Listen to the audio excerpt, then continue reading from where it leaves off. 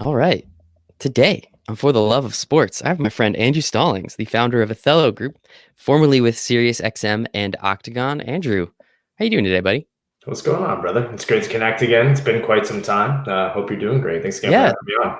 the last time I saw you was the last time I was in New York City when we were at the shout out to our friends at Front Office Sports. They had that little get together, and it was that time where we were just like, oh, we won't shake hands, and then everyone's like, ah, screw it, we're fine, and here we are. We've been stuck inside for the last 2 months. How crazy is that? I know, I know. Those guys always do such a great job of bringing the community together, especially the community of young business professionals in sports. I think almost any opportunity I see that they put one of those mixers on, I try to move things around on my schedule just to go there and get an opportunity to really have some good conversations with new people because it's one of the few networking mixers, you could say, that's not very heavy on the Mhm. networking or sale or pitch. It really is a bunch of genuine people trying to understand, what, you're doing for different facets of the world of sports. So, again, kudos to them. They do a great job with it for sure. Yeah, they're awesome. Both Adam and Russ. I'll call them good friends of mine. Maybe they won't call me a good friend, but I'll take it in my court. I had Adam on the show a while back. He's one of the first episodes I ever did. So he's an awesome dude. Russ obviously is really cool. Love what they're doing at FOS. And they've been killing it, even with everything kind of turned off. They're still pumping out stuff, and I still enjoy that newsletter every morning. So they're doing a lot of stuff. But yeah, I thought it was funny. That's the last time we got to see each other, and I mean we've spoken on the phone a couple times as well. I know you're still rocking and rolling, doing some stuff, and it looks like we're starting to get out of this mess a little bit. So we'll see where it goes. But the actual first question I have for you, Andrew, and for everybody on For the Love of Sports is, why do you love sports so much? It's my path with sports is a little different, but probably not. I think a lot of people can probably relate to a relationship or a moment in time where they were introduced to sports through, whether it was a family member or a close friend or a key pivotal moment. I think if you ask most people, they'll say, oh, it was the Super Bowl. I was watching it with my dad when I was a kid. And it was somewhat similar for me. I lived my whole life down in Tidewater, Virginia. For those not familiar, that's the southeast part of Virginia, Newport News specifically, hometown of Michael Vick. And my whole life, I was there, like my family and everything. And, everything was so structured in the way that I had it, the comfort. And when I was 10 years old, my dad up and rooted us to Roanoke, Virginia, which was on the complete opposite side of the state. Their learning curve, I was just learning, I think, to write cursive, like, write like a letter or Mhm. what have you. They were writing paragraphs in cursive when I went to the school that I went to over there. So I was a step behind academically. I was a step behind, it felt like socially. It was a different culture, great people. But for me, I was an outcast. And, that was the first time in my life that had ever happened to me. My dad had been banking for 42 years. He was like the mayor of our town mostly. Like he could walk into a gas station, everybody knew him. So when we moved to Roanoke, I didn't have any friends. I was getting bullied, beat up, pushed around. And, my mom, God rest her soul, was like she had just gotten diagnosed with multiple sclerosis. So she was dealing with her own things. My dad was working crazy hours, but my dad, loved him to death for this. There was an ECHL minor league hockey team called the Roanoke Express. And if you know anything about hockey and even minor league sports in general, it's almost like the lower you go, the more of a entertainment act it Mhm. is Yep. to sell tickets. So the ECHL is basically double A of hockey. And these guys fought. Like if you go to these games, they would brawl, they would beat up. It was a circus act. My dad, the first week we moved to Roanoke, got season tickets for the Roanoke Express. And we went to every single game and drove down there. We lived on top of this mountain. Like if anyone's familiar with that part of Roanoke, we lived up in like 45 minutes away from the arena, and you had to go all the way down to downtown Roanoke to get to the Civic Center. So we had a 45-minute car ride. My dad had a old school beat up Mercedes-Benz with diesel engine in it, and we had one CD in that car, and it was Reba McEntire, believe it or not. And every single game, we would blast Fancy by Reba McEntire to go see an ECHL hockey game and bro out and bond. And that was our thing. I ended up getting close with the players when they would do injury reserves. They would invite me to come do private practices with them and skate on the ice with them. I'm 10, 11 years old. And to me, these people are larger than life. They're professional athletes. I got to go to the locker rooms after games. The cheerleaders used to think I was the cutest little chubby thing in the world and like throw me pucks and t-shirts all the time. Like, to me, it was home. And that's where I built not only just my passion and affinity for sports to another level, but also for the game of hockey. And, my whole life, living in Virginia for the most part, at least through my adolescence, because we were only in Roanoke for about a year and a half. And then we went back to Newport News, where my dad, switched jobs again to another bank. And I was there till, I went to college. And my whole thing was I took that passion for hockey with me. And in Newport News, Virginia Beach area, no one, like, they had a minor league hockey team over in Norfolk, but no one knew hockey. No one played hockey. So for me, I was, again, coming back into a world as an outcast, like a beach town, beach bum, kind of guy. And I loved hockey. I was obsessed. I picked the Philadelphia Flyers as my team. Eric Lindros was my boys. I know. I'm a Capitals. Hear that, dude. Yeah. Capitals fan now. Again, I've definitely learned my lesson. But growing up, it stuck with me. And I think those moments, when you look at it now, like I said, my mom unfortunately is no longer with me. And you look at those moments, and it's like you look back, and it's like I shared this connection of sports with my dad. And it's deeper rooted and deeper invested into anything I do. So when I work every single day, when I look at things through a lens of a fan, I look through it almost through a more passionate lens, because there is a lot of emotion drawn and tied into everything that I went through personally. So there are a lot of other people that have similar situations like that. Some people just like the entertainment factor and sharing a beer with their parents or their friend. And, that's what sports in a lot of ways from a viewership standpoint is about, is, the entertainment and the competition and those moments. So I think I'm lucky enough to see it through a very unique lens and not just be like, oh, the fan experience is based on this data and these viewership. And, it's really black and white. It's how do you sell the experience? How do you sell the emotion to it, and do it from somebody that is on the bench playing the game to sitting in the stands rather, and, row double M in the rafters, all the way to sitting on their couch at home. And that's how you have to shape the experience. So I've always looked at it through a pretty unique lens because of those moments for me. Yeah. And it's a short, as you said, it was a year and a half. So it was 18 months, whatever it ends up being. And it's just the way, again, first, let me say, thank you for sharing that story. That's exactly why I do this, because I love hearing stuff like that. And, just the kind of, it's a quick 18-month tour, when you put it in the grand scheme of things, but as one of the most impactful 18 months of your entire life. And it literally puts you on this path, as you said, to start loving hockey, which you would never have done if you stayed, in that beach town in Virginia instead of going to Roanoke. It would have, never given you those opportunities to listen to Reba McEntire with your dad, and, just those fun little things like that, again, you're easily recalling it here, however many years later, almost 20 years later, whatever that number is. And it allows you to really hone in on what's important to you, but really give you the understanding of what's important to the fan. How do they get the best experience out of it? And you're right, those analytics, and sometimes it's good to have. That's good numbers. It doesn't hurt the situation, but really looking at it from how do we give the people the best possible experience through the lens of a fan, not through the lens of a corporate partner, not through the lens of some guy in a suit in in a suite that he didn't pay for, that he's getting all this beer and chicken wings. Like, hey, you didn't pay for any of that. So you don't know what it's like to spend $9.50 on a beer and have that beer with your dad, with your mom, as you said. So I think that part is very important. And how did you take advantage of that? I mean, we're going to get into what you've done and how you've done it, but when you did go back to Roanoke, when you did end up going to college, like how much did you see that 18 months in you, moving forward? It was everything. I think, again, I was always a Washington, D.C. sports fan. Again, when you live in Southeast Virginia, you kind of just adopt D.C.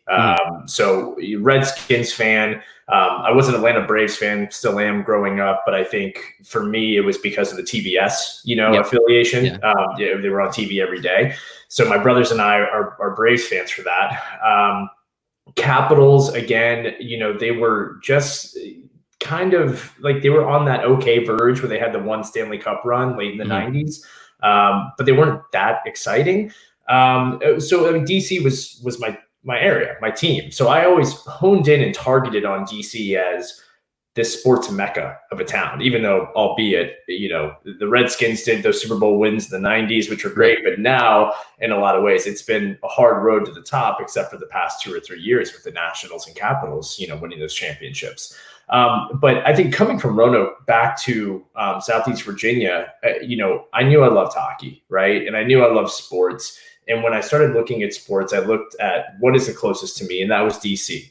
My mom's side of the family is all from Northern Virginia, and right outside of the Beltway, different surrounding parts. And my brother, who is 10 years older than me, next closest in age to me by 10 years, he went to George Mason University. And I was, he's my big brother. I was like, oh my gosh, I want to follow him. I want to, go to George Mason. Like, okay, done. DC it is. And the way that I always kind of planned it out in my head from like middle school on was, if I go to DC, there's so many sports teams there. The Capitals are there. They're not that good. So maybe I can get a job with them. And, I can be surrounded by all these different, sports teams. It's perfect. Family's there. It'll be a second home. Boom. And honestly, I had probably that plan in my head from like 7th or 8th grade on. I really was like, DC is it for me. And when I went into high school, I remember my guidance counselor meeting with me for the first time, and she was like, Andrew, great to meet you. So what do you want to do? And I was like, I want to work for a major sports team. That's great. That's cute. So what do you want to do with a major sports team? And I think a lot of people in the industry kind of come to this roadblock at certain points of the sports career. You want to work in sports. You want to have all the glitz and glamour and the VIP passes and tickets. But a lot of people think it's just you work for a team. Like, they don't know the operations, the different roles, the different jobs you can do. So for me, I started really honing in and studying, like, what are the different jobs? There's marketing, there's business operations, there's arenas, like, there's what can I really focus on? And I went into my senior year, had like a 2.3 GPA, had a 9.10 on my SATs, but I was the most social, well-connected, and athletic guy. I mean, it was kind of a typical jock story, right? I wasn't, the best top-tier athlete in the world, but, I played every sport I could. I was active, what have you. And I applied to 13 colleges, and I got rejected from all 13 colleges. And these were not like, D1 schools. I'm talking D2, D3 in the middle of like Bumble nowhere. And I couldn't get in. And my folks were like totally set on the fact, okay, you're going to do community college, this and that. The last school to reject me, I'll take a step back. George Mason, that year I was applying, was their Final Four run. So, that definitely everybody applied that year. Yep, exactly. So that wasn't going to happen. But the last school that rejected me was this small university in Arlington, Virginia called Marymount University. Predominantly a fashion design school. Used to be an all-female college back in, I think, the 70s, 60s, 50s. So, very high tuition because it was a private school, D3. But they rejected me. And I just remember seeing that rejection letter, and I'm like, Arlington is like the pinnacle. If you know DC, it is the pinnacle of like, it's around everything as far as the Northern Virginia Beltway. You want to be in Arlington. So I came home that day with the rejection letter, and my dad and mom were sitting there. They're totally ready to like, hey, it's okay. Like, we're going to put a plane together. And I was like, no. Like, let me just write this letter real quick. And like, give me a few days. And they're looking at me like I have 12 heads. I went upstairs and I wrote a handwritten letter to the Dean of Admissions at Marymount University. And I pleaded my case. I said, you can conditionally accept me. I will hit this grade point average. I will do this. I will do this. I don't remember the exact specifics of it all, but I laid it all out. And sure enough, I get a phone call 4 or 5 days later that they accepted me. And from then on, I was at Marymount and graduated in 4 years, made Dean's List a few times. It was, kind of one of those things where perseverance overcame me. And I just said, no, this is going to be it. And I think that's kind of always been the way that I've looked at my career and everything that I've done is I've been put down, told no, said that I'm the worst so many times. I've had so many bosses that, for better or worse, have proven to me and shown me a lot. just by the way that they criticize me. And I have thick skin, at this point in my career because of it. But everyone ever since that moment, I've just been told, no, you can't do this. There's no way you're going to get into this school. You're not going to do it. No way, no way, no way. There's no way you're going to be able to start a sports agency. You're not an agent. You're not a lawyer. Here I am.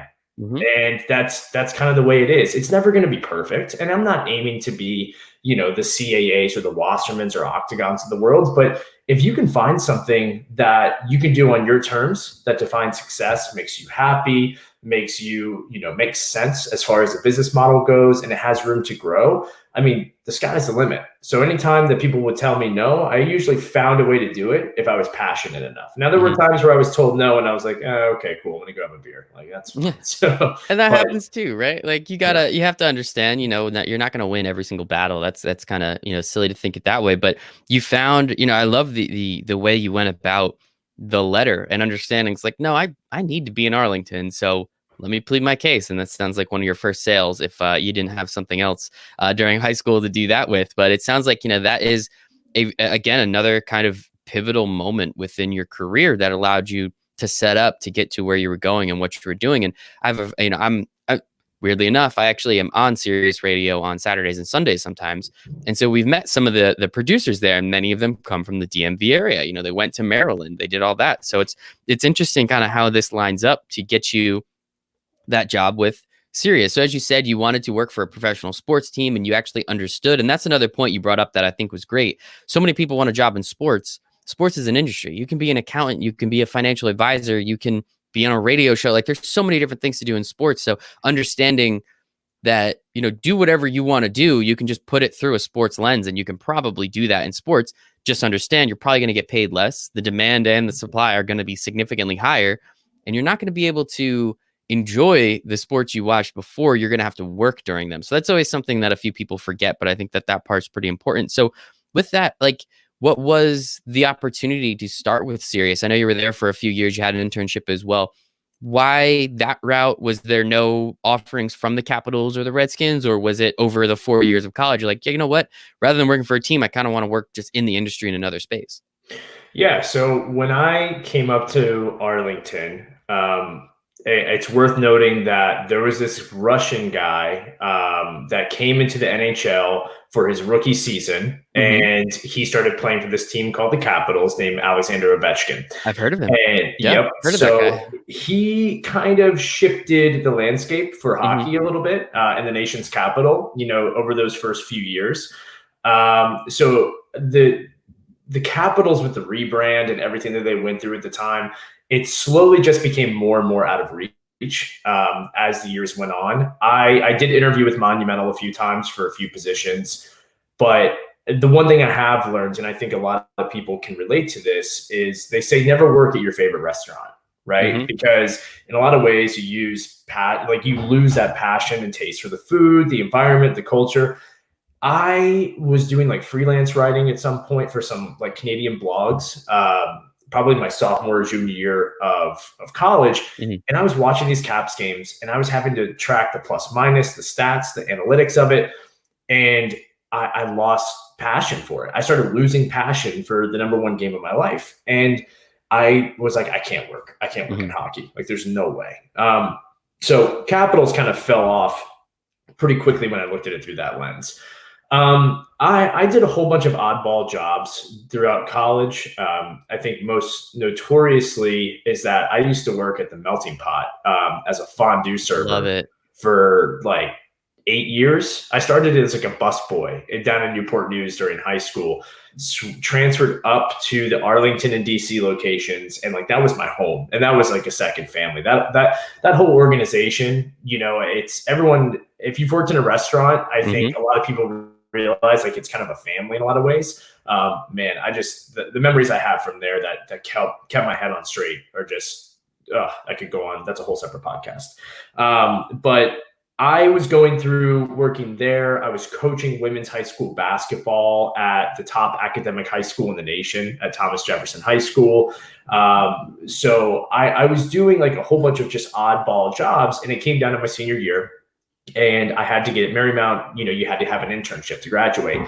So I had applied everywhere. and the Redskins, like, part-time jobs at local newspapers, like anything to do with sports and communications, like that. I was trying to do that. And, to your point, I was talking to companies where I was just trying to look at a communications role through the lens of sports and entertainment, even though like they'd be a nonprofit, or, they would be like a charity, whatever. I mean, I tried to spin it any way I could, and I never could. So it got to be, I think, 48 hours before the deadline where I literally, if I didn't have an internship, I would not have been able to graduate like in the spring. So it was like the first week of December going into my senior year. I didn't have an internship, rejection, sitting in my dorm, hands in my head, and I am literally losing my mind. I'm like, I've done so good, and I literally am not going to be able to graduate because of an internship opportunity. I had applied to SiriusXM through their internship program. I was mass applying, kind of like somebody that sees the easy apply button on LinkedIn and they just always click it because it's the easiest thing. That was me back in the day. I was just numbers, volume, anything. Please give me a phone call. And so I didn't even remember really applying to it. But I'm sitting there. I do recall this moment. I'm sitting there, hands in my head, snowstorm in DC, and I'm sitting in my dorm and my phone rings. And I look at it and it's like a random number. And even back then, we're screening calls. Ignore. Person called back a third time. I pick it up and it's this guy named Ross Hirosian. And he was in charge of the internship program at SiriusXM. Somebody, I guess, had dropped out at the 11th hour. They were just finalizing their internship program. And he saw my resume, said, "Hey, do you have time for, a conversation and an interview sometime this week?" And I was like, I almost started crying.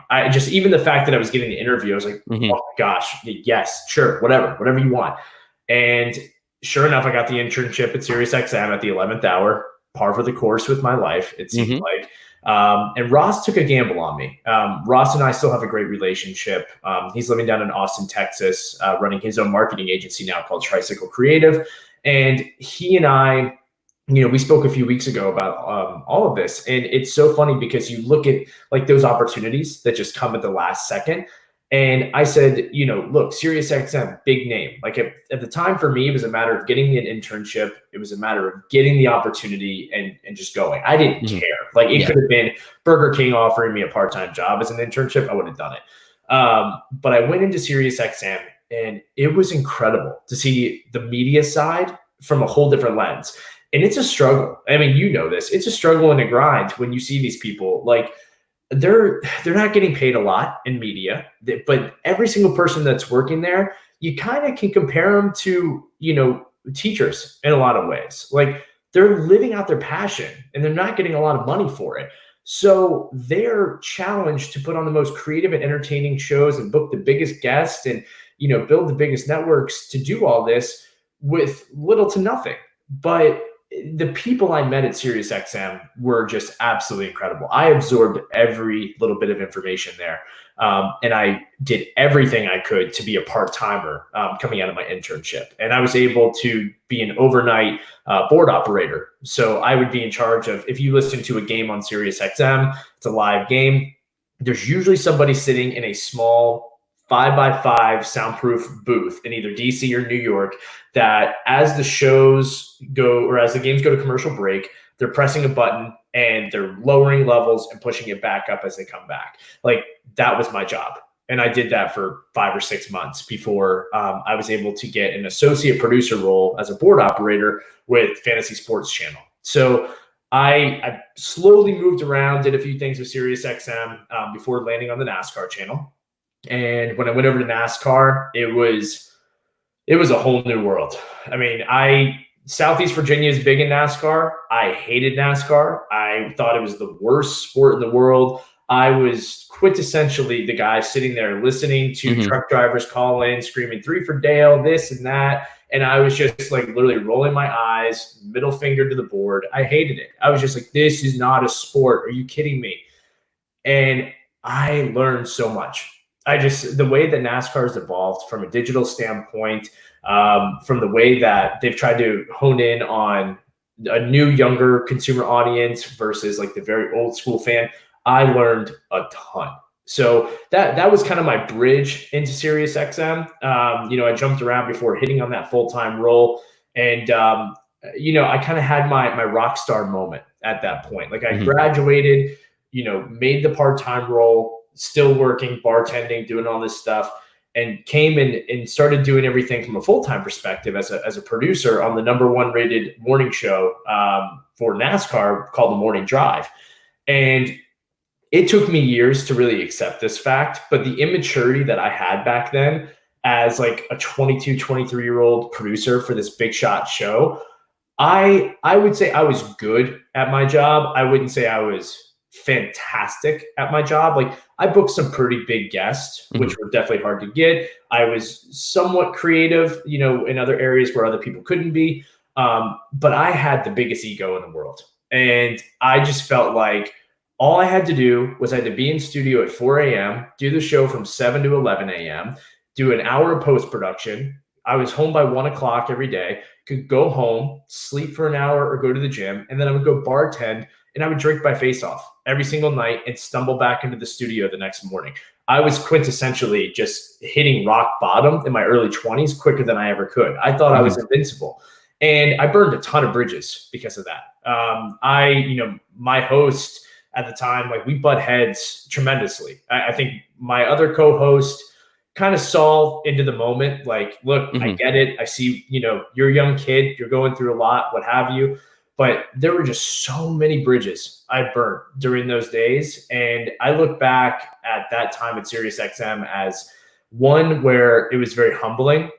And I could have done so much better. It's probably one of the few moments in my life where I put in a lot of effort. I put in a lot of work, and it was a learning experience. But I also, if I had just had the truth serum, or had I just had a mentor at that time that was like, dude, get it together, like just like smacked me around a little bit, I could have probably really made a bigger career out of it on the media side than, I was able to, do while I was there. So, the stories that I could pull out at Sirius could go for days. But it was a very, very humbling time. Michael Masvinsky, Daniel Norwood were my bosses over there. They were absolutely incredible, patient, hard asses, everything they needed to do. They wanted to be the best. And, they held their team accountable to be the best in a lot of ways. So, it was an eye-opening experience that set me up for a good transition to the agency side over to Octagon. Yeah, and I think it's really interesting. There's been a few points in this story, as we've been talking. So you applied to JMU. Oh, well, that's just the year they go to the Final Four, so everyone else is applying. You're looking to get a job with the Capitals. Oh, that's just the time where Alexander Ovechkin comes in. Oh, you're starting to do pretty well at Sirius. Well, you're kind of a 22-year-old asshole at that point still. So it's just interesting how along the way, like we're very happy where you ended up because you're doing some really cool stuff now. But it's just interesting, kind of how you were guided down that path, if I may, or like how you got down there and some of the things you could have been doing differently.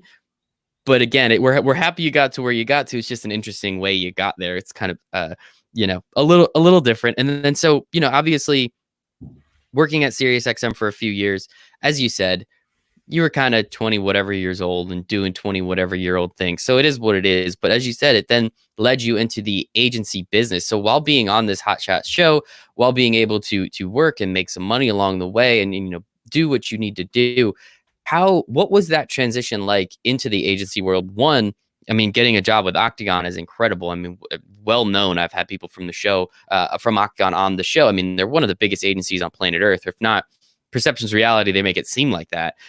So how did you move into the agency space and start working on the brands and sponsorship side when, you had very little or limited work experience there already?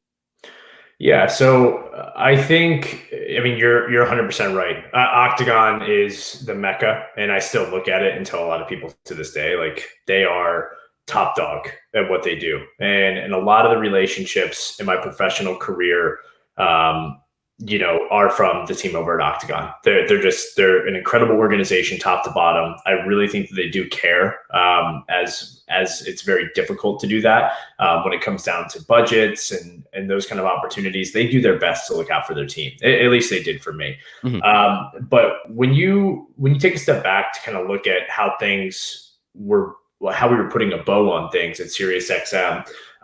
I had been fighting with my bosses. I was literally coming into the studio and I was just hungover. Like it was bad. And luckily for me, I didn't have to, like no one was really in studio when I was coming in at 4 a.m. So it wasn't like I was walking the halls and, seeing Yeah. everyone. I would literally come in from the parking lot, go to my studio, literally put my hoodie on and just be like just done. And, I had gotten switched to the afternoon show, which was with Dave Moody on SiriusXM Speedway.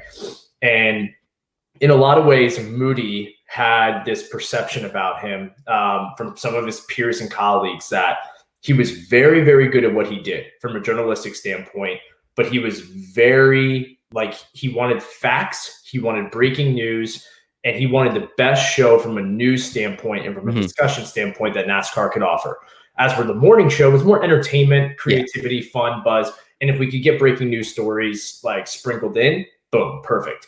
But there was an opportunity for me to get off the morning show and go to Moody. And a lot of people were like, dude, good luck. You're going to get chewed up, spit out. I was with Dave Moody for 6 months, and it was the best 6 months I probably had at SiriusXM. He and I, again, he had the option to have me as a producer, and he heard the good, bad, and ugly about me, that I was this stick in the mud guy, kind of wanted to do things my way, had an ego. And from the onset, he told me, he was just like, he basically told me, he's like, I don't give a shit. He's like, if you help me run the best show, then we're going to be just fine. And I said, done. And I think within the first few weeks, we were booking just some of the big names that he wanted because I had the connections with the PR people. And we both are riding high. Everything seemed to be kind of getting better. And it was great. But as that happened, I was still partying. It's just that my schedule had switched now. So instead of going in the mornings, my show is now from 3 to 7 p.m. So I wasn't bartending as much, but I would be going out even later and then just sleeping for an hour and going in the afternoons. And it was still very tumultuous. My girlfriend at the time, it was just an immature relationship. And, my mom, unfortunately, had just passed away, suddenly. And I had hit this just black hole, 25, probably one of the worst years of my life. And I just hit this black hole with everything. I was in a relationship I didn't want to be in. Work was just sucking. I was working multiple jobs to make ends meet. Everything sucked. And I sat there and I was like, I can't be at SiriusXM forever. I can't. I'd hit my glass ceiling in a lot of ways. I was a producer and, I was making just enough to get by. And I was just like, I can't do this. What am I going to do? And then I sat down one day and I said, I've always been fascinated by the business side of sports, the sponsorship side, the operations, the business model. And I had a lot of great relationships because working in media, a lot of these agency people would reach out to us for radio ads, guest hits, Danica Patrick wants to come on and promote Valvoline kind of thing, blah, blah, blah, blah. So I built those relationships with the CAAs, the Octagons and Wassermans and stuff, because they were overseeing the sprint business, the Sunoco racing business. They oversaw those from a brand operation and sponsorship perspective. So when I hit that crossroads, I remember I was supposed to move in with my girlfriend. I had all these things in the works, and I had sent out a few emails. And I reached out to people at Octagon, to CAA, and I think UTA, United Talent Agency. I think that was it. And I was just looking for opportunities, anything. It didn't have to be in NASCAR, anything. And all of them were like, hey, great to hear from you. This sounds cool. You're a good guy. Why don't you move to Charlotte and we'll get you set up on one of our teams down there? And I myself was I was from Southeast Virginia. I didn't want to go any more south at that point in my career. I was up in DC. I kind of wanted to go a little bit more north, like maybe Philly, but not all the way to New York. To this day, we'll get into this, I hated New York City. And I was like, never in a million years, I hate New York. No, no, no, no, no. So Octagon calls me and they're like, hey, Stallings, we know the opportunity to get you to Charlotte didn't work for the Sunoco and Sprint accounts, but we have this roll up in Norwalk, Connecticut. And I'm like, oh, Connecticut, that's like up near Maine, right? And it's just crickets on the other line. They're like, what? I'm like, dude, have you ever traveled? And I was like, not really. I mean, been to California once or twice. So they were like, look, it's a new protein bar company that we brought on. We need somebody to help run mobile tours. We will groom you. We will teach you about sponsorship. We're going to bring you on as a senior account executive. So you'll be able to kind of learn to manage certain people. You'll have 4 people underneath you. And they took such a flying risk on me that they were just like, look, you've never worked marketing. You've never worked agency, but you know communications, you know sports. Like, all right, let's see how we do this. And I just left everything. I left my girlfriend. I left my family. I left my job at SiriusXM, and I moved to Connecticut. And I had never met anybody in Connecticut, never been up there.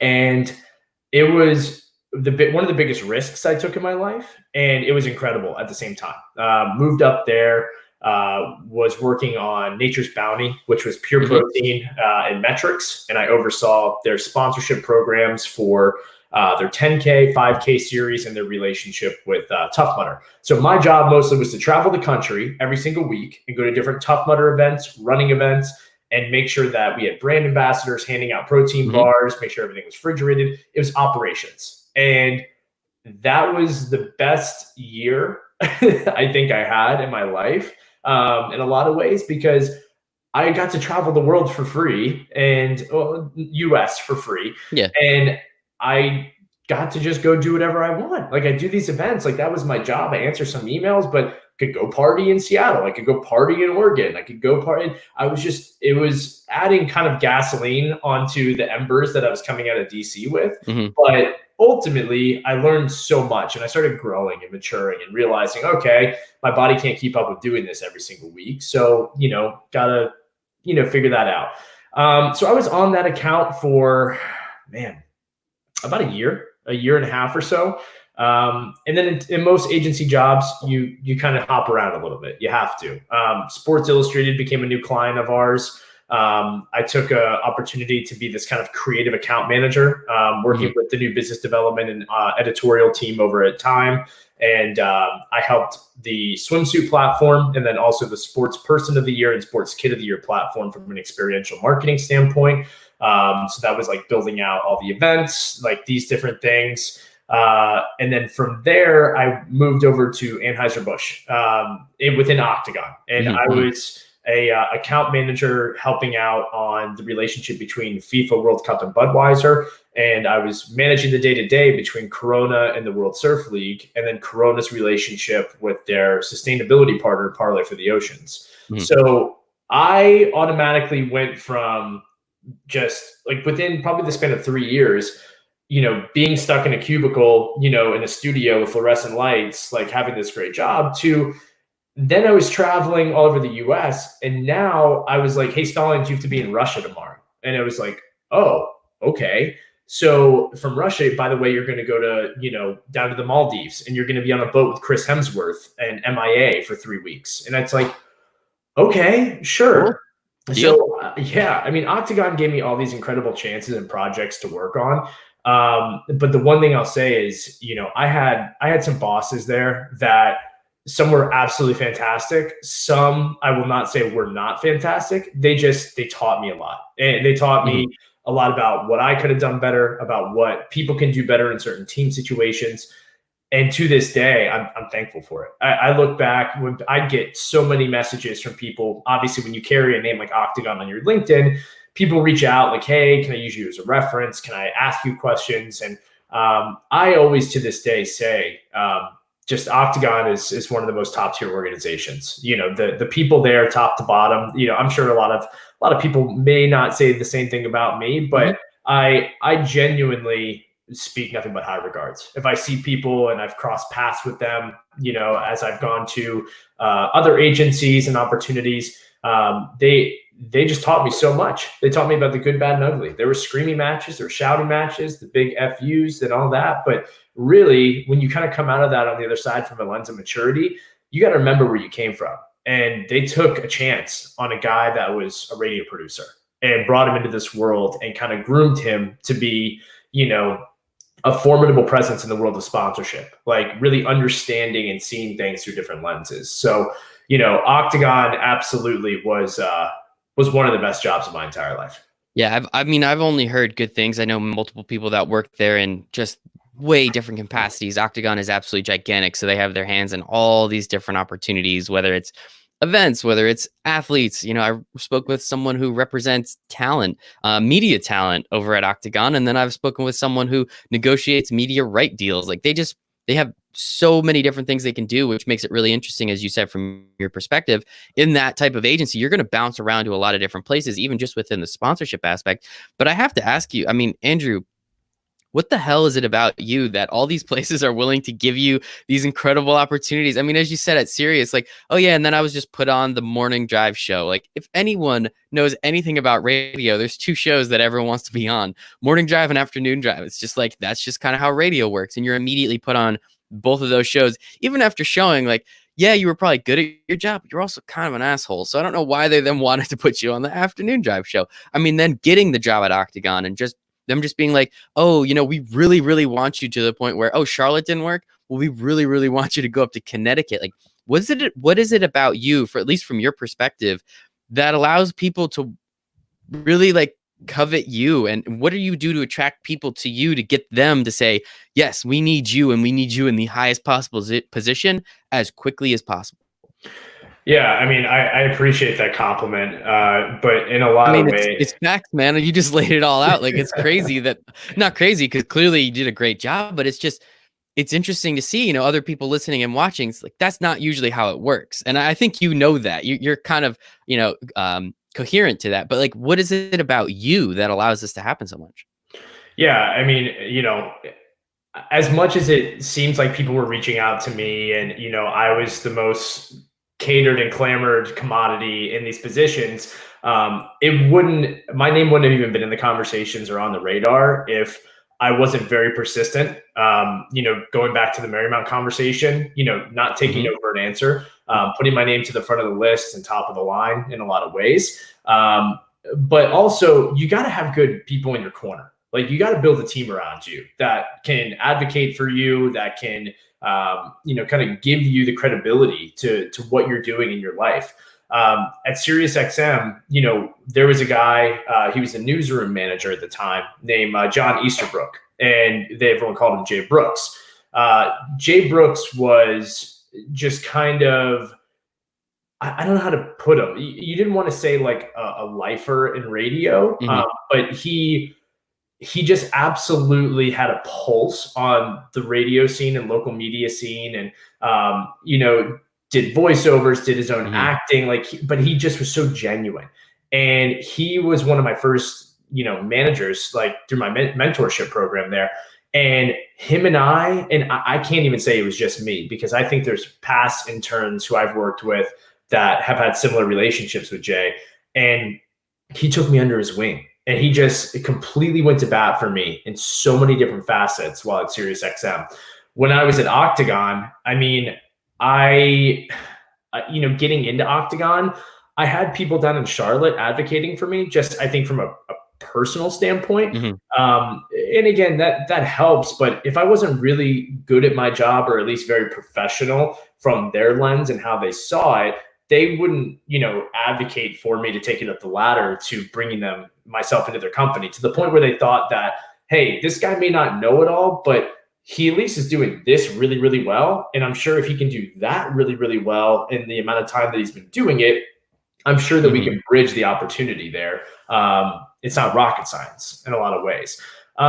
So to me, it was just having a good team. It really was. And I try to this day I have some incredible mentors, people that, may not even think I consider them mentors, like people who continuously probably, put me down more than anything for where I've gone in my career. But I love sometimes hitting them up every 6 months and just having those conversations as like a bit of humility and truth serum, because you don't want your mentor to always tell you, Andrew, you're doing great. You're on the right path. You're this and that. You need somebody that's like, dude, you're out of your damn mind. Like when I first started Athelo Group, one of my mentors was at Octagon, and I scheduled a meeting with her. She represents some of the top talent, at Octagon. She's been there for a very, very long time. And I scheduled a meeting and I ran this idea by her. And I went into her office into the city and I explained, I'm like, I have this very unique way of working with professional athletes. It's scalable. It's 360 management. I think it's something. Like, I've seen small successes with it. What do you think? And I remember she looked at me. She was just like, I admire your drive. I really do. I just think that, like, there's so much more that you don't even realize goes into this. And, it wasn't that she ever put me down and said, like, you can't do it. I don't think she ever once would do that. But her and I have always had, like, even just on like Twitter exchanges and stuff like that, she has always been very blunt with me. And she does that with a lot of people, but she's been like, she'll tell me if she thinks like that was a really dumb tweet, or like, she'll send me a DM and be like, take that down. Like, what are you doing? And, That's awesome. yeah, but like, I don't think she even realizes it. Maybe she does. But she's always just been such a kind-hearted individual. And, when it comes down to emotion and empathy, like, she gets it. But I think she genuinely knows that the best way that certain people respond to growth in their careers through criticism. So for me, to answer your question, it's really just having the right team and really making sure that you connect and network with the right people and build off of those opportunities from there. And so with that, you spoke about Athelo Group. Obviously, that's what you're doing now, founder of that. What was I mean, it sounds like your job at Octagon was pretty sweet, but it does sound like it escalated very quickly. Again, I think most people would sign up to hang out on a boat with Chris Hemsworth and MIA for a couple days. But at the same time, it sounds a lot cooler than having to take all those plane rides, get all the work done. Oh, then you have to show up and you have to be not just there, but you have to be present and you have to be on all the time. And so was it more of a burnout which led you to Athelo Group, or was it more of the idea that, hey, and I know there was a couple stops along the way, but hey, I have this really cool idea and I want to try and see what I can do on my own? Yeah, no, in short, it was absolutely burnout. I was 27 or 28. I had jumped all around and I was in the Maldives, working on a project with Corona, and my job, albeit I'm in the most exotic location in the world with some of the biggest celebrities in this super intimate setting. But at home, my girlfriend, now wife at the time, she had just gotten diagnosed with breast cancer, and she was 25 years old, vegetarian, did everything right.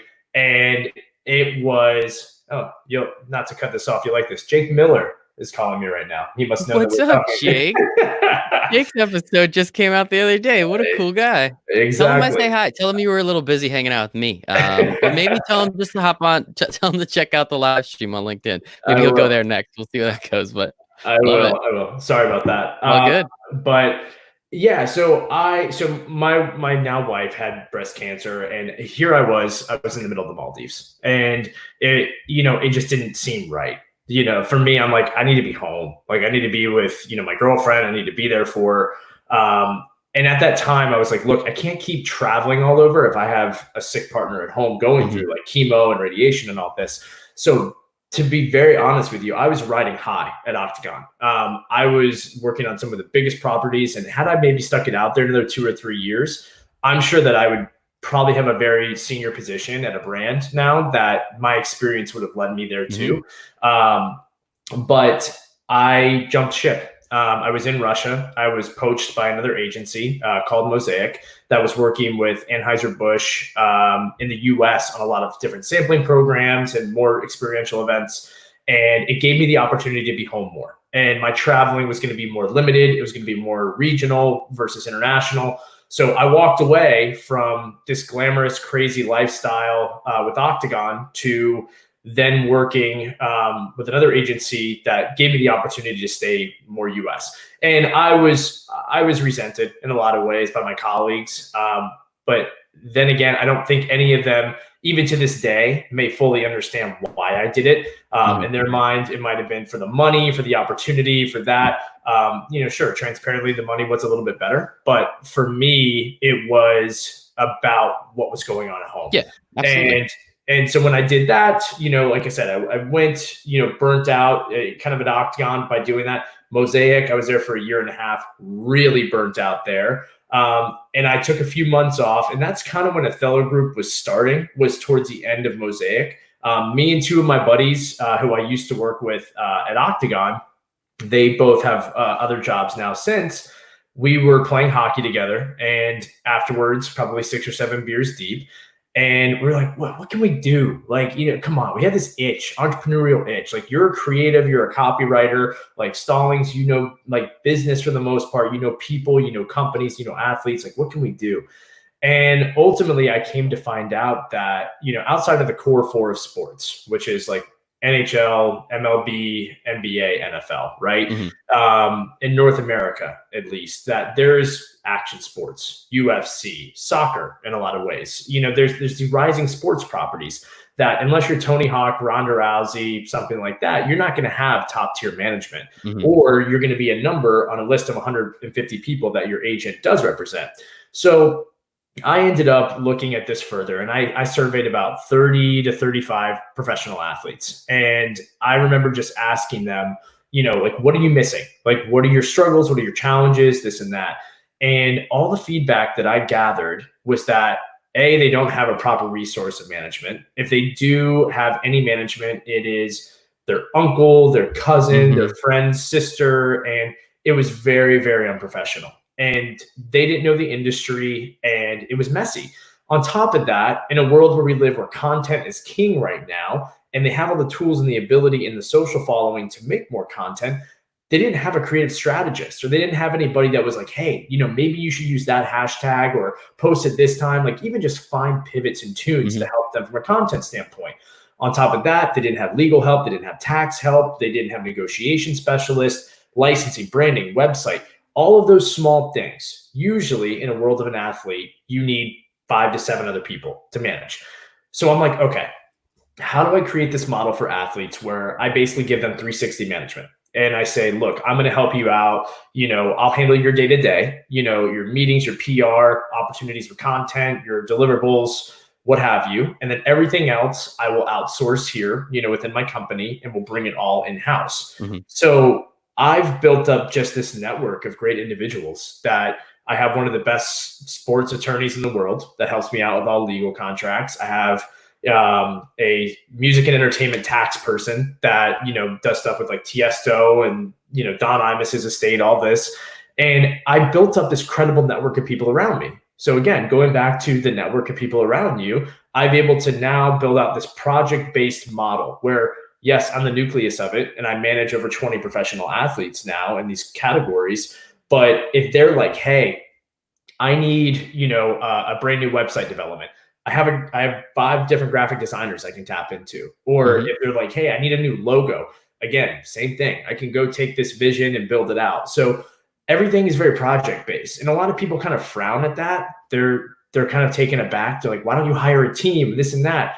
And I always say, I'm like, why get in the weeds? Why try and oversell myself, where if I have an RFP with a major brand that's like, hey, we want to do this huge production shoot and this campaign with like 7 of your athletes, or, what have you, make it happen. Cool. I have literally 3 production companies, based in different parts of the US that I can use. I have fabrication companies. I have it all in the network. So to me, it's all dependent on the scalability factor and the pricing. Like, some people's budgets are not $10 million. They're $10,000. So you have to be able to be very self-aware in who you're going to use based on the quality and efforts of that.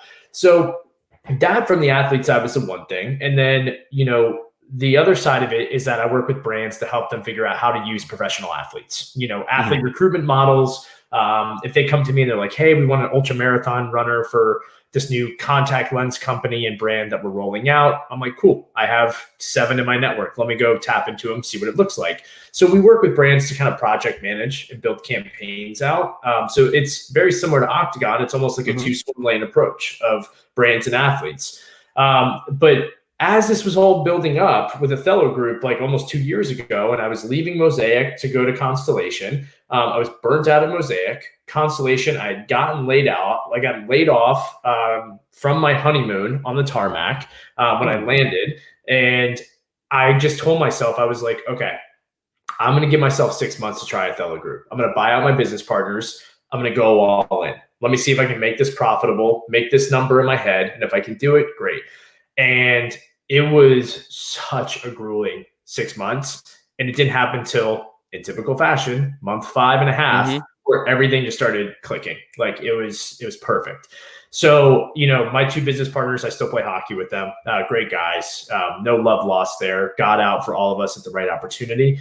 And as we stand right now, I mean, like I said, we're going back to sports. NASCAR's coming back this week. We have a brand new NASCAR sponsorship we're working on with one of my athletes.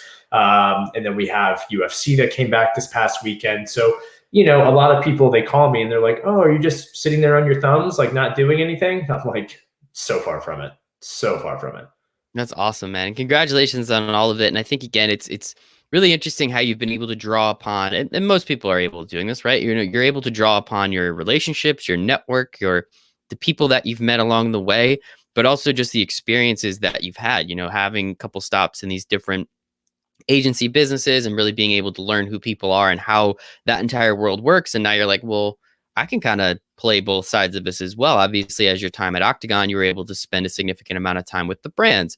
At your time at Sirius, you were able to find a lot of athletes, obviously in the NASCAR space, which, as you just put, you have a couple athletes there as well. So, and understanding that entire business model and what they're doing, and you're able to kind of grab this and gravitate it and be able to say, okay, well, now we have 2 lanes. We can help brands do whatever they need with athletes. We can help athletes do whatever they need with brands. And I'm sure there's a couple sweet spots where those 2 roads are able to connect, and there's an on and off ramp somewhere that you're able to connect the athletes that you do manage with the brands that you manage. And I guess only a couple more minutes, because I know you got to get going and so do I soon, but with getting into your own thing and now starting this athlete management side, how easy was it? I know you had a connection with a lot of athletes, but how easy was it to really, you formulate this idea, you see how it can work, but how was it actually implementing it and saying like, okay, like I'm going to manage these athletes now through this network that I've developed.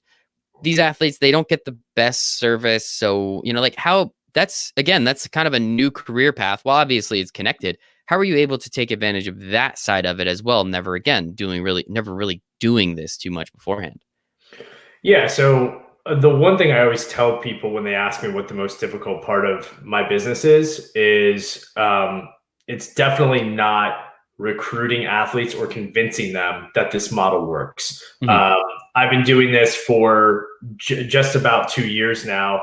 And like I said, we've worked with probably 55 athletes on projects in the past 2 years, 20 of which right now are on retainer in what we do. And it's not a model where any one of them can walk away and say, that was not right. That wasn't professional. I didn't get what I want out of it. So it's to the point where I get the inbound for athletes is there now.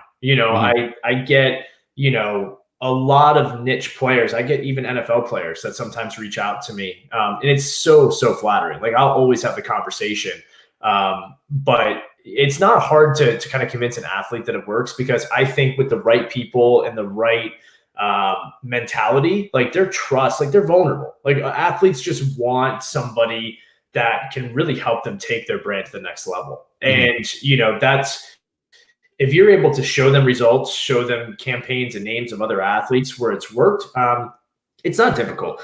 I think the hard thing that I kind of find myself, doing day in and day out is finding the simplicity in the approach to the brands.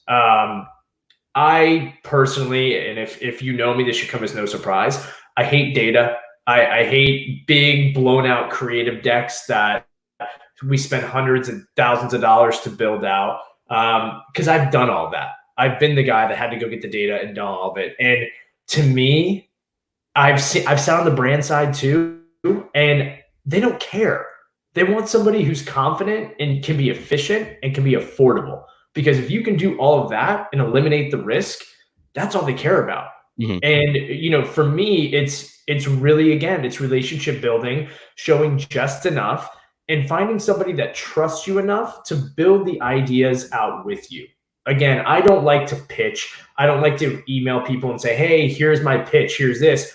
I want to introduce myself and I want to show people what I do, what our team is all about. But I really want collaboration. As much as, we could make a whole podcast about marketing buzzwords, I am all about collaboration and partnership. I love building out ideas. I love picking and, poking holes in certain things. So for me, that's the biggest struggle, is that these bigger brands, these big companies, they have a process. And usually you have to find your way in through the right person, which you never know because it's always changing.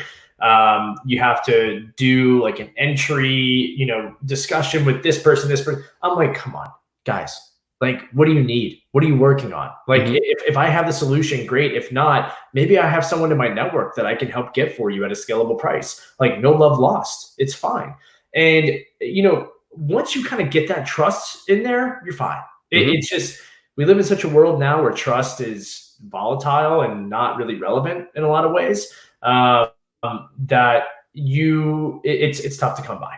So for me, it's building the trust with the brands to get through that first hurdle and step. And once we do, we're able to, kind of build and grow from there. And that goes with the athletes, that goes with the brands, that goes with vendors. It's trust. And I think building that human nature of what we do is key. We have other agencies that, are somewhat competitive with us. They're like, we have databases of professional athletes and we measure all these numbers.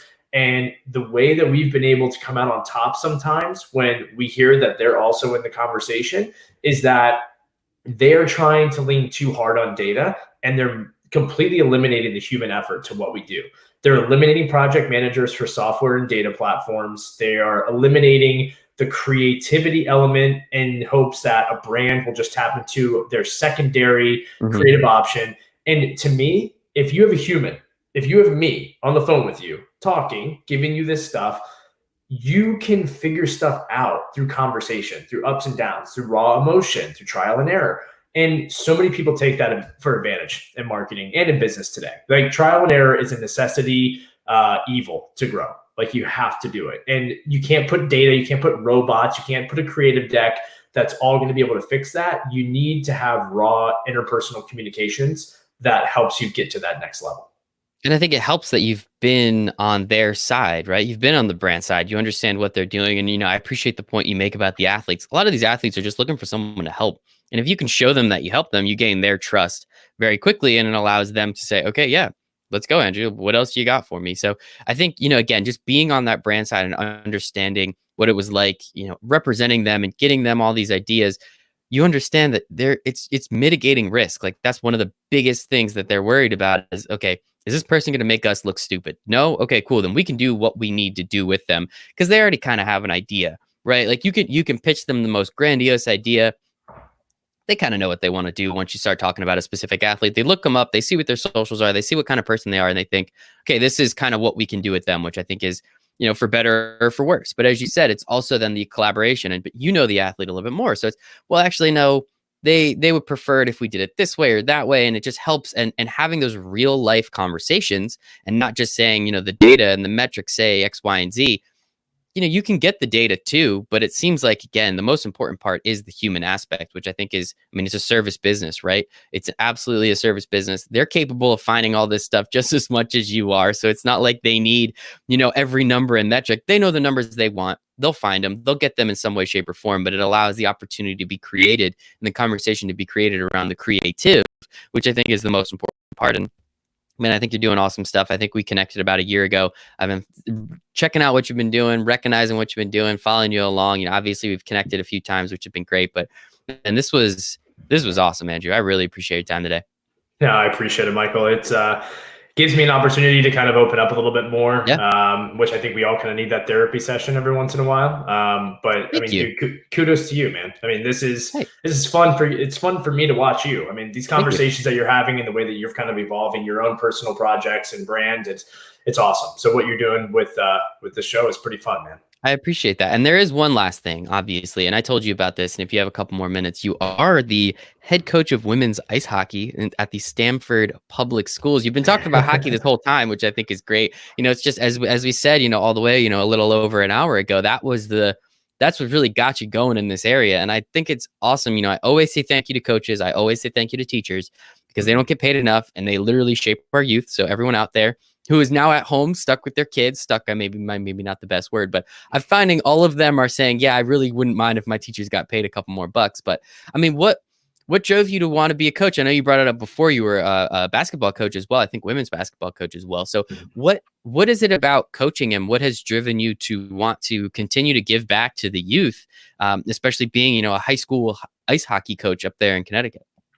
Yeah, so it's funny. I had coached probably since high school. I Okay. coached like my nephew's youth soccer team. I coached throughout college, women's high school basketball, which was kind of just a joke for me. I played basketball in high school. I was the captain of the Peninsula Catholic Knights varsity basketball team, averaging about 18 seconds a game. How did we not talk about that earlier? What's going on, man? Hold it. You're burying the lead on me. Jeez. No, it was just gnarly times back then. I certainly was not the best athlete. I was quick. I was conditioned, but not the most skilled athlete. So when it came to moving up to Connecticut, the big selling point to me was hockey was everywhere. Like I think where I live, even right now in Trumbull, Connecticut, there are 4 or 5 rinks within a 10-mile radius of where I live currently, and you just can't get that. And to me, it's scratching the itch that I've had my whole life. So I moved up here. Let's see, June 2014, I think, and I started playing on a men's hockey team in Norwalk, Connecticut. And one of the guys on my team, one night, I think literally I had met him twice. He was the current head coach of the Stamford, West Hill, and Staples women's co-op ice hockey team. So that's 3 schools into one because they just couldn't get enough girls from one school to come on. And he was the current head coach, and he was like, hey, I could use an assistant coach to jump on and like help out with film and all this other stuff. Like, can you do it? And like, or would you want to? And I was like, yeah. Oh, heck yeah. I'm in. And I didn't even ask about pay or anything. The opportunity to coach ice hockey was awesome. So I show up the first practice with a GoPro camera on a selfie stick. And because he's like, yeah, we need help with film. And I kind of had like oversold myself that like I have DSLR cameras and all this other stuff. I had a GoPro on a mounting stick. And these poor girls, they see me hop on the ice and they look at this doofus with a notebook in one hand and a GoPro as they're doing just their back corner edge cuts. And I'm like following them around with the camera. They're like, who the heck is this guy? And luckily, like that was kind of my initiation in a lot of ways. They kind of told me like a week later, like, dude, don't worry about the film, just coach. And I was like, all right, cool. But yeah, I've been with this program, I think about 6 years now, and it has been every single year. I kind of tell myself, I'm like, this is going to be the last year. This is going to be the last year. It's too much time, too much effort. And then I'd say that like right at the middle point of every season, just because I get tired and burnt out, and the players do, the coaches too. We're on the ice 6 or 7 days of the week. And then on the back end, it's just like before you know it, it's off season. And you're like, okay, here we go. We got to plan for more ice time and this and Booster Club. And I love it. I mean, to me, it's a give back method, but it's also therapy. Like, we work such crazy schedules in this world of marketing and everything else that if I can it gives me an excuse. Like, because I personally, my wife yells at me all the time. She's like, do you want to go do a workout like in the garage and do all this for like 45 minutes, 30, even like an hour? And I don't like structured workouts. I don't like doing it. I don't like gym memberships. I like playing hockey. I like running, and that's my thing. So when it comes to getting on the ice, it's a no excuse reason for me to get on the ice for an hour to an Mhm. hour and a half every day. So in the winter, it's reverse effect. It's like my dad bod comes in the summer, and then in the winter, I'm actually in my best shape There because you go. I'm always on the ice. I'm always doing stuff. But those girls are incredible. The program's been incredible. And yeah, I mean, we're weathering the storm right now, obviously Mhm. with everything with the pandemic and how, high school and, collegiate sports as well are going to be affected. So it's tough, and you feel for a lot of the girls that leave your program and they're graduating this year, and they're not able to have a Yeah. graduation. They're not going to have a prom, like stuff like that just sucks. So it really opens your eyes in a lot Mhm. of ways. Oh, yeah. So to me, I try to diversify everything that I do, and yeah, it's fun, man. Those girls, they're top notch at what they do on the ice, but really great, mature young women off the ice. I love it, man. And it is awesome. And we do appreciate you giving back and having this opportunity and just accepting it. Maybe, as you said, I think your words were doofus. I mean, hey, we all have to have one of those in some shape or form. And, hey, as long as it helps out. But sincerely, Andrew Stalling, founder of Athelo Group. I almost screwed it up. I did this whole thing, did the whole thing. Andrew Stallings, founder of Athelo Group. Sincerely, sincerely appreciate your time today, man. Mike, you're the man. Thanks again for everything, brother.